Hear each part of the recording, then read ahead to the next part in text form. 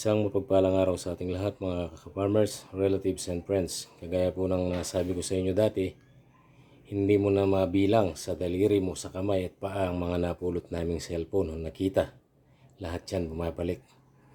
Ito siyempre, hintayin din natin yung mayari. Balik din natin. Yan o. Yan lang natin tumawag kung sino yung mayari. Ang kung anong unit ito. Yan. Update ko po kayo mamaya pag nakita na natin yung mayari.